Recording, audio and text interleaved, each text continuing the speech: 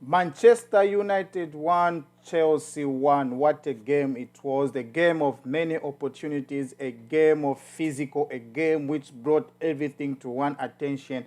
But guys, we have a lot of things to talk about. I want you to like and subscribe for more update for anything to come up, guys. This was really a tough game, well deserving point. We dropped 2 points, but it's hurting to see that we keep on crying every time whenever we want to talk about the game, the goals we get to concede. Robert Sanchez is at the point people always get to attack me because I'm always on Sanchez, that. No, guys, it's about the performance. We see how the goalkeeper performs. If he didn't panic, that ball was running away from him. The ball wasn't coming toward his direction. The striker changed the direction for the ball. The ball was going toward the corner.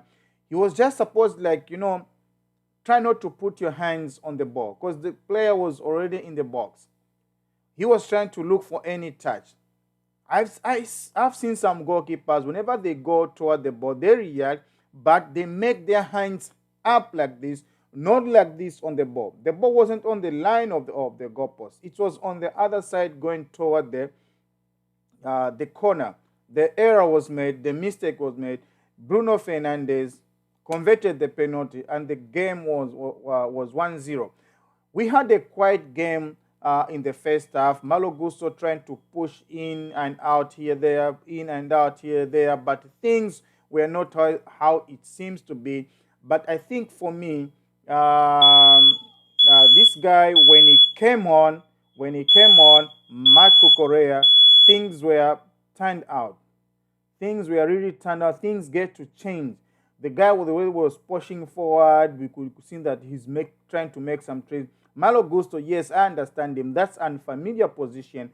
Maresca, he's trying to get him used to go deep in the midfield, up to the opponent side on the 18 area, trying to shoot, trying to assist. It's like he's acting as a back cover. So on, the point was shared. Chelsea played a very good game. Big out to Caicedo.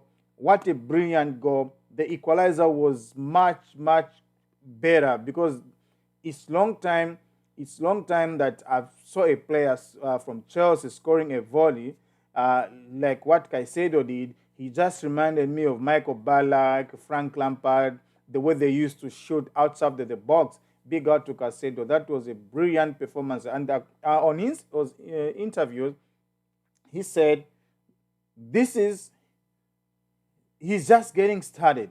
He's just getting started because we haven't seen anything out of him. He promised there's more to come." Yes, I love it when players put themselves up, trying to bring up the confidence because they were previous season they were trying like to demoralize him, trying to make things like, no, we just wasted money, but he's trying to prove them wrong. Yes, Caicedo, keep it up. We want to see such moments. This is not the first, like you've said, there's more to come. Romeo Lavia, better performance. He continues to shine on the midfield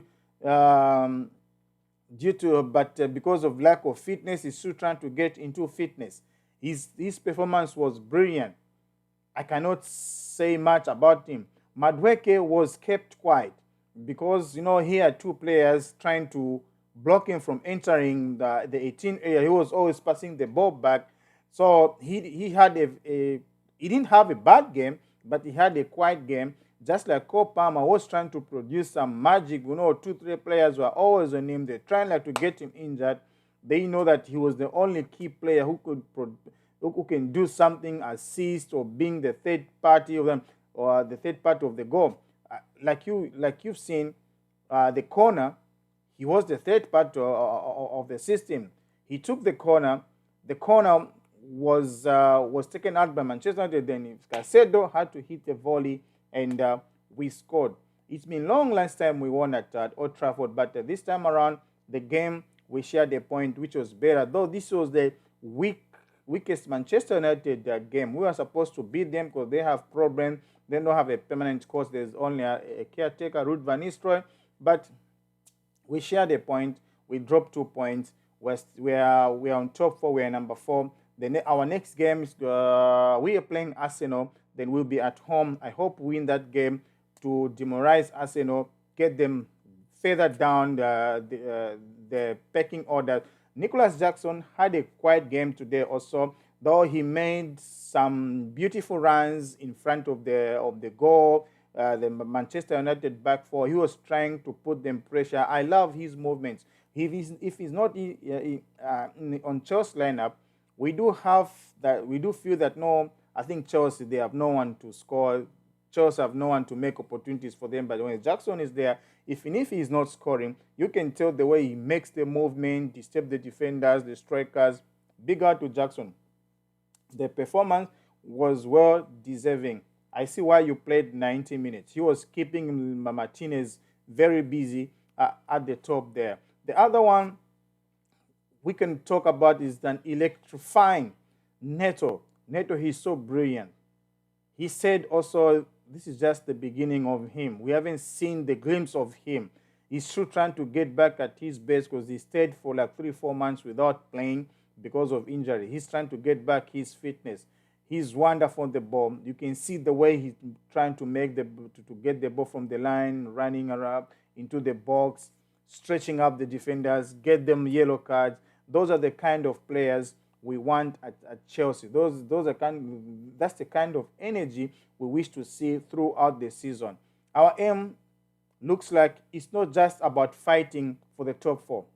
I see we are getting slowly there to the title challenge because we are the underdogs of not winning the league, the least, but I can see that the top team, 1 and 2, is like they are not very far much from us.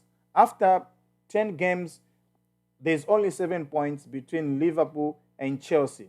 If Liverpool loses one game, Chelsea wins a game, they're going to close up the gap, both on Man City and Liverpool. I think we are not very much far. If we can start fighting for a second and third place, then we are comfortable, which means we know that next season we're gonna be where we belong to. That's UEFA Champions League. We're gonna talk about Reece James, our captain. We know he's trying to get back to his fitness. He can't play right back. He's using him as centre back, and Gusto trying to force on the midfield. He had some errors which was leaving our defenders exposed.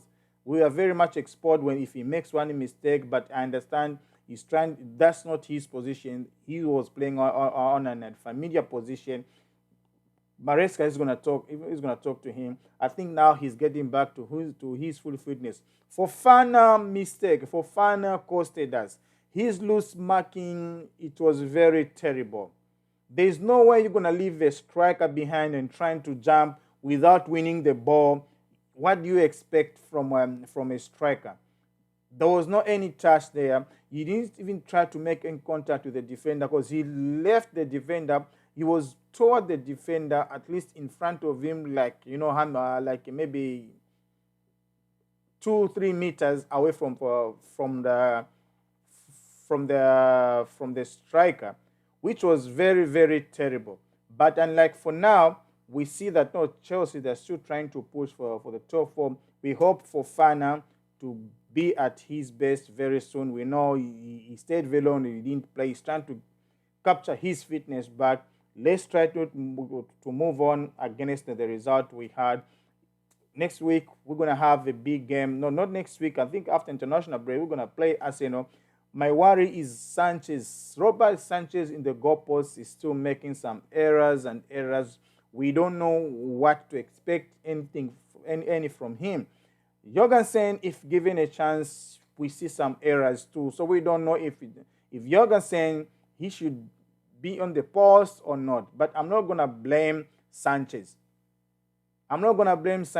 Why he's Chelsea number one. Because Chelsea went on and buy Sanchez at Brighton, knowing Sanchez was a third choice, not a second choice.